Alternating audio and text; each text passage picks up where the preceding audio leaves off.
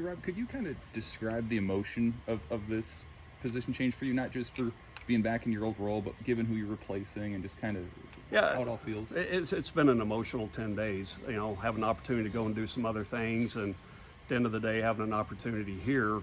That was the talks that I had with my family over the last 5 or 6 days, and at the end of the day, this to me is where God needs me, for my family, and most importantly for the players and the program, and this is where I want to be, and I look forward to doing the very best I can to help Nebraska baseball and be what we're supposed to be, and that's competing to get to a regional each and every year, and hopefully have an opportunity to host ever so often and compete to get to Omaha. We've done that here before, and the expectation is to do that again and be consistent regional contenders, and we got to be at the top of the league each and every year to have a chance to do that.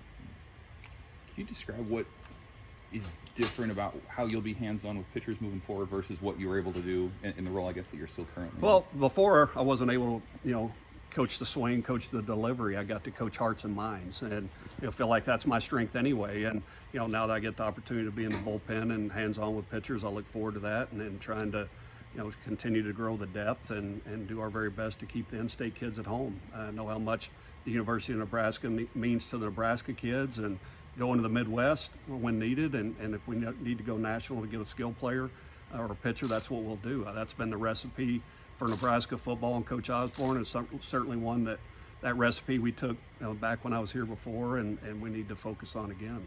Rob, how did the 2 years of maybe kind of a different view of things, how did that maybe help you, you think, as a coach? Well, I think it helped me appreciate all the other supporting cast that goes into a baseball program in terms of putting together scouting reports and the off the field stuff. There's so much that goes into it as far as hosting recruits on campus and doing all the office work that it takes to run a program. So I've always appreciated those people, but maybe a little bit more now.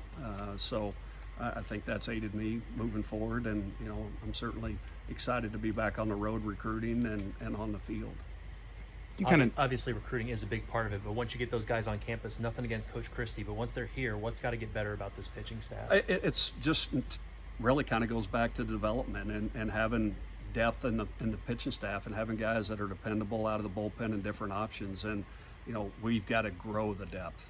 That's the most important thing, and certainly have an identity. And moving forward, we will have an identity of toughness, and our goal of being a pitching staff that's going to lead the conference in fewest amount of walks per 9 innings. And more than anything, it's all about the depth. Can you kind of describe what needs to get done for you in the first 100 days here when you're in the role July 1st? Well, right now the transfer portal is open, and so our whole focus is putting together the 24 team, and it's very fluid. It's changing every hour of every day, and trying to put together the best 24 team that we can, and certainly with eyes in the 24 class and the 25 class, we'll take care of that more so when we get to mid-July into August, is focusing on that. But right now it's about putting the best team we can on the field and collecting those players for the 24 team.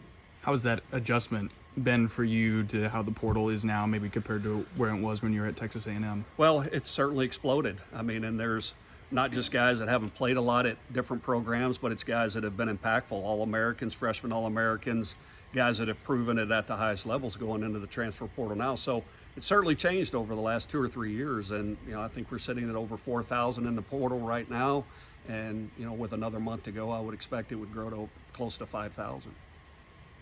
In your previous role, you were pretty limited what you could tell Coach Bolton, tell your players, but now that you have the role, and the fact that Will used to be kind of one of your players, is there an adjustment period, what you feel like you can and can't say to Coach Bolton, all that? Not at all. I'm here to serve, and that's what I came here for 2 years ago, and that's not going to change. And put our team in the best position to win. I just get the opportunity to maybe do a little bit more on the field in terms of coaching our players, and rather than just having a relationship with them, I get to be in the bullpen with them and in game with them. And I certainly was before, but just not able to coach the swing, coach the delivery, and do all those things. But the relationships, as you know, are the most important thing to me.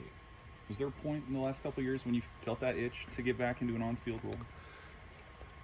Always want to be on the field and in the grease. That's what we all do. We're all competitors, and we want to be in that. But for the last 2 years, it's been good to serve all these guys here that have played for me at some point. They've all coached for me at some point, and to come back and serve them, it's been an incredible honor.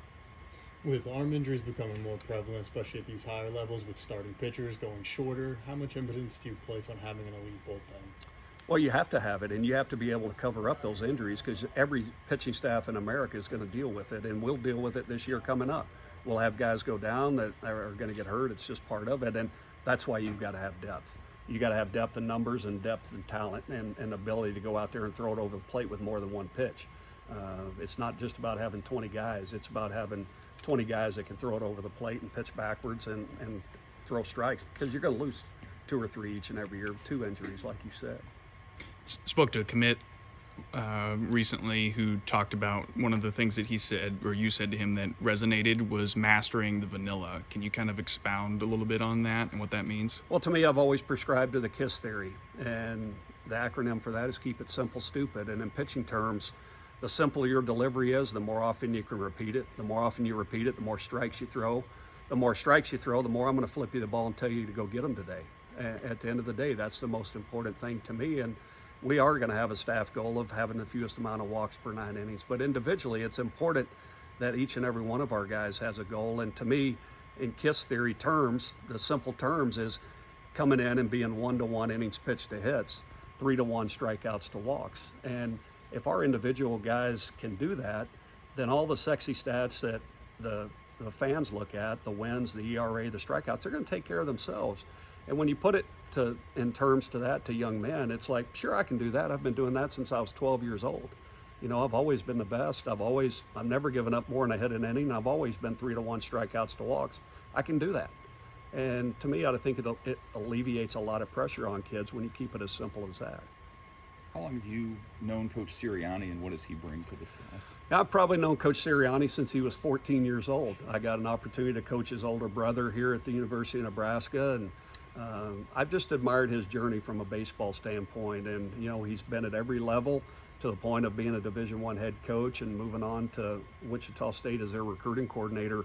He is an absolute fanatic on the road recruiting and does a really good job. When you look at the talent he put together at Wichita State, it's a credit to him because he was the one that was on the road and out recruiting those guys. So I'm incredibly thankful that he's here with us, and I know he's going to be a huge impact for Nebraska baseball. I'm thankful he's here.